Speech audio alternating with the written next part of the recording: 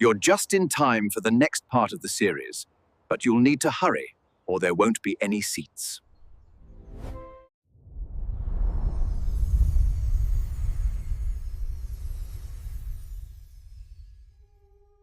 The Modern Thinker's Dilemma, Part 2, The Cost of Clarity. Have you ever wondered why the truth feels so heavy? Why clarity, the very thing we seek, can end up feeling like a curse? It's because clarity doesn't just show you what is, it also shows you everything that isn't. And in a world built on illusion, that's dangerous. The deeper you see, the more falsehoods fall away. The more aware you become, the more noise you notice. And at first, this can feel empowering, like you've finally woken up. But then comes the cost. You realize that many of your old conversations were meaningless. Your favorite shows? Predictable. Your news? Biased. Your social feed? Repetitive and shallow. Clarity isolates, not because others leave you, but because you begin to step away from the noise, from the small talk, from the distractions. You start to crave silence, not out of sadness, but sanity. But this isn't depression. It's not detachment. It's transformation. You are shedding the world's illusions, and that process is painful by design, because illusions don't just live in the world around you. They live in you. They're embedded in your habits, your identity, your expectations. Letting them go feels like pulling threads from the fabric of who you thought you were. That's not just uncomfortable, that's grief. You grieve the comfort of certainty. You grieve the version of yourself that believed things were simpler than they really are. You grieve the relationships that were built on mutual delusion, the kind where silence was easier than truth. Imagine discovering the water you've been swimming in is polluted. You don't just leave it, you carry it in your lungs. The pain isn't just in escape, it's in detox. That's what awakening does. It forces you to confront everything you swallowed before you knew better. It's painful to see that the job you chased for validation never brought peace, that the people you tried to please were never really watching, that the system you trusted to reward truth is wired to reward comfort. That's why clarity cuts. It doesn't just expose the world, it exposes your attachment to it. But this pain is not punishment. It's purification. You are burning off illusions so that your vision can sharpen. And what feels like loss is often just space being made for better thinking, deeper connection, and authentic living. Because no one becomes wiser without letting go of who they were when they were blind. And no one reaches the next level by dragging their illusions with them.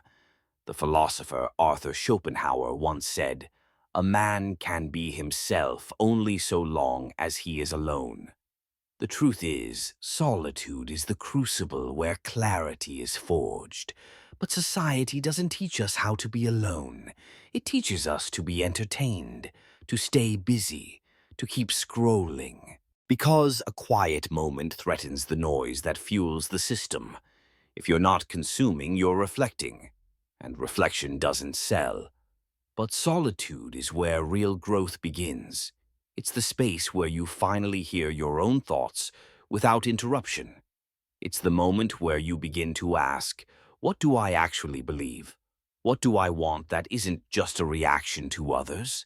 The time we spend alone is not a void. It's a forge. It's where clarity sharpens and illusions burn away.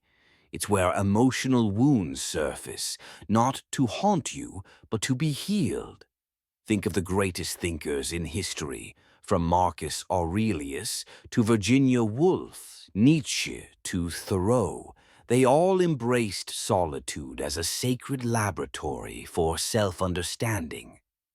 When you are alone, you're not retreating, you're returning. Returning to the part of yourself that doesn't perform, doesn't please, and doesn't pretend. In solitude, you can journal your thoughts and begin to see their patterns. You can walk without distraction and let your mind breathe. You can read not to escape, but to expand. You can sit in stillness and notice the subtle signals your intuition has been trying to send. These moments alone are where the unconscious becomes conscious, where transformation quietly takes root. Because a still mind is a dangerous mind. It starts asking questions. But here's the paradox. Most people fear silence, yet clarity requires it. Most people avoid discomfort, yet growth requires it. And so, those who seek truth must pass through what others avoid. Not once, but over and over again. This is the cost of clarity. You will lose your illusions. You will outgrow relationships. You will be misunderstood. You will walk alone, at least for a while. But in return, you will see. And in time, that vision becomes your strength. Because what's more painful than clarity is the cost of living without it. A life of distraction, of noise, of conformity. A life where you are surrounded, but not connected. Informed, but not awake. Busy, but not alive. So, if you're feeling the weight of clarity, don't numb it. Don't run from it. Sit with it. Breathe through it. It means you're growing. It means your mind is evolving. You're not falling behind. You're just seeing too far ahead. This is part 2 of The Modern Thinker's Dilemma. In part 3, we'll explore how to thrive as a deep thinker in a truly shallow world.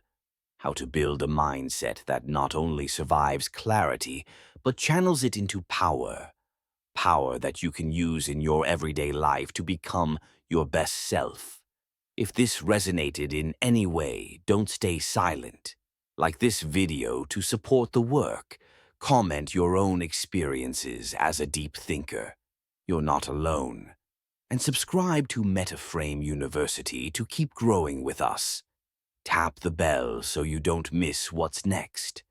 Always remember this when seeking the truth. In a world of illusion, clarity is a revolution, and your mind is the front line.